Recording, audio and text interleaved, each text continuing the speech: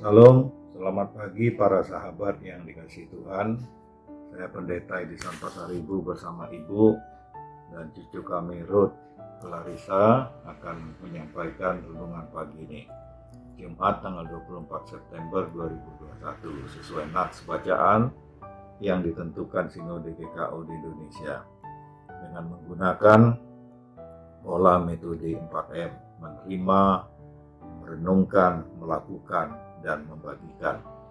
Sebelumnya kita akan mengawali dengan berdoa. Mari kita berdoa. Bapa di surga, kami bersyukur pagi ini atas berkat dan penyertaan-Mu, kami semua sehat. Kami rindu akan firman-Mu. Ajari kami mengerti firman-Mu dan setia untuk melakukan firman-Mu. Dalam nama Yesus kami berdoa. Amin. Bapak Ibu, kita akan mendengar pembacaan firman Tuhan pagi ini dari Yakobus 4 ayat 2 dengan tema penghalang hikmat tidak berdoa. Pembacaan firman Tuhan Yakobus 4 ayat 2. Kamu mengingini sesuatu, tetapi kamu tidak memperolehnya. Lalu kamu membunuh. Kamu iri hati, tetapi kamu tidak mencapai tujuanmu. Lalu kamu bertengkar dan kamu berkelahi. Kamu tidak memperoleh apa-apa karena kamu tidak berdoa. Dari pembacaan firman Tuhan ada beberapa pertanyaan yang perlu kita renungkan. Apakah tujuan hidup kita menaklukkan diri pada kehendak Allah atau memuaskan nafsu sendiri untuk kesenangan di dunia ini? Jika kesenangan adalah tujuan hidup kita, maka kita tidak akan mencapai apa-apa kecuali pertengkaran, kebencian, dan perpecahan. Akar penyebab perselisihan dan pertengkaran yang tiada habis ini tidak lain adalah nafsu manusia. Kehidupan seperti ini mendorong manusia untuk bersengketa. Penulis surat Yakobus melihat bahwa nafsu manusia merupakan kekuatan berperang yang tertanam dalam diri setiap orang. Dia tidak bermaksud mengatakan bahwa kekuatan itu berperang dalam diri seseorang meskipun hal ini benar, tetapi kekuatan ini membuat manusia saling menyerang. Nafsu yang dasarnya ada untuk hal-hal yang sama: uang, kekuasaan, gengsi, kekayaan duniawi, pemuasan nafsu badani. Ketika semua orang berjuang untuk hal-hal yang sama ini, maka kehidupan tak dapat dihindari lagi menjadi ajang persaingan. Mereka saling menginjak dan saling mendahului untuk meraihnya. Mereka akan melakukan apa saja untuk menghabisi lawan-lawannya. Sebaliknya, ketaatan pada kehendak Allah mendekatkan manusia yang satu dengan yang lain, sebab inilah kehendaknya, yakni manusia harus saling mengasihi dan melayani. Ketaatan yang mengidamkan kesenangan duniawi mendorong manusia saling bertentangan, sebab nafsu mendorong mereka saling membunuh demi memperoleh keinginan yang sama. Apa akibat mengidamkan kesenangan duniawi?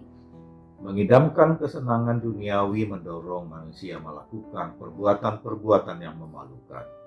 Hal itu membuat manusia bersikap dengki dan bermusuhan, bahkan saling membunuh. Sebelum seseorang tiba pada satu perbuatan, pasti ada dorongan emosi tertentu di dalam hatinya. Ia bisa saja mencegah dirinya dari hal-hal yang dipicu oleh nafsunya, tetapi selama nafsu manusia tinggal di dalam hatinya, ia belum aman. Setiap saat nafsu itu dapat meledak menjadi tindakan yang menghancurkan. Langkah-langkah terjadinya sederhana dan berbahaya. Seseorang membiarkan dirinya menginginkan sesuatu yang diingini itu kemudian menguasai pikirannya, dan ia tanpa sadar memikirkan hal itu terus-menerus saat bangun maupun sedang tidur. Hal itu biasanya disebut nafsu yang menguasai. Bagaimana hubungan kesenangan duniawi dengan doa? Mengidamkan kesenangan duniawi pada akhirnya akan menutup pintu doa. Jika doa hanya untuk mendapatkan hal-hal yang diingini demi memuaskan hawa nafsu, manusia, pada hakikatnya doa itu merupakan doa yang bertujuan mementingkan diri sendiri. Oleh karena itu tidak mungkin Allah menjawab doa-doa itu. Akhir dari doa yang benar adalah jadilah kehendakmu. Doa manusia yang dikuasai kesenangan duniawi ialah nafsu keinginanku dipuaskan. Inilah salah satu fakta hidup yang suram, yaitu bahwa manusia yang hanya mementingkan diri sendiri akan sulit berdoa dengan benar.